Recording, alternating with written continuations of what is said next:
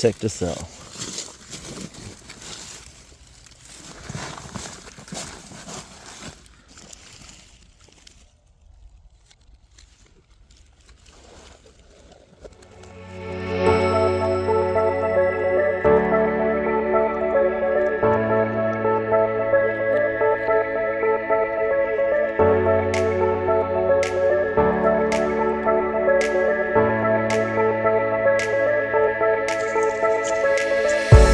Y'all gotta admit that mushroom thing is pretty cool, right?